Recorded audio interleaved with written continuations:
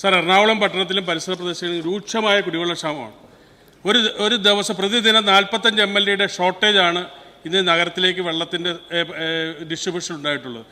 പുതിയ ADB പദ്ധതിയുമായി ബന്ധപ്പെട്ട കാര്യങ്ങൾ ചർച്ച നടക്കുന്നത് പത്രങ്ങളിൽ വരുന്നു. എന്താണ് കൊച്ചിയിലെ ADB പദ്ധതിയുമായി ബന്ധപ്പെട്ട് നടപടി സ്വീകരിക്കുന്ന പുതിയ 190 MLD പ്ലാന്റ് ഈ പുതിയ പദ്ധതി ADB പദ്ധതി ഉൾപ്പെടുത്തിയിട്ടുണ്ടോ, അല്ലെങ്കിൽ ഉൾപ്പെട്ടിട്ടില്ലെങ്കിൽ ഉൾപ്പെടുത്താൻ ഗവൺമെന്റ് തയ്യാറാകുമോ? ഏറ്റവും കൂടുതൽ ഭാവിയിൽ ദോഷവും രൂക്ഷമായ വിഷയവും നേരിടാൻ സാധ്യതയുള്ളൊരു പ്രദേശമാണ്. അതിൽ ഇന്നിപ്പം നമുക്ക് സാധ്യമായി കുടിവെള്ളം കൊടുക്കുന്നത് ഏതാണ്ട് ആലുവ പ്ലാന്റിൽ നിന്ന് ഏതാണ്ട് 290 MLD ജലം, അതോടൊപ്പം തന്നെ മരടിയിൽ നിന്ന് 100 MLD. ഇതുകൊണ്ടൊന്നും കൊച്ചിയിലെ പ്രശ്നങ്ങൾ പരിഹരിക്കൽ ഒരിക്കലും സാധ്യമല്ല. ഇവിടെ നമുക്കത് പരിഹരിക്കണമെങ്കിൽ ഈ പറഞ്ഞത് പ്രകാരമുള്ള കാര്യങ്ങൾ അവിടെ ചെയ്യേണ്ടതായിട്ടുണ്ട്. ഏറ്റവും പ്രധാനപ്പെട്ടതാണ് 190 MLD പ്ലാൻ ഉണ്ടാകുക എന്നുള്ളത്. ഇപ്പോൾ ADBയുമായി ബന്ധപ്പെട്ട് ചർച്ചകൾ നടക്കുക, ആശങ്കകൾ വാർത്തകളൊക്കെ ഉയർന്നു വരുന്നുണ്ട്. നമ്മൾ കാണേണ്ടത് കൂട്ടായിട്ട് ആലോചിക്കാമെന്ന് ഞാൻ പല സന്ദർഭത്തിലും പറഞ്ഞു. ഒരു നിർബന്ധം ആ കാര്യത്തിൽ ഗവൺമെൻറ്റിൻ്റെ പക്കലില്ല.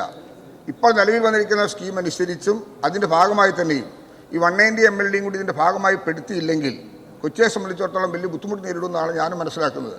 അതുകൊണ്ട് വളരെ നല്ല രീതിയിൽ ഇതും കൂടി ഇതിൻ്റെ ഭാഗമാക്കി മാറ്റാൻ കഴിയുമോ എന്ന് നല്ല നിലയിൽ ശ്രമിക്കുന്നുണ്ട്. 190 MLD പ്ലാന്റ് ഉണ്ടാകുക എന്നുള്ളത് മാത്രമാണ് അവിടെ ഒരു പരിഹാരമാർഗം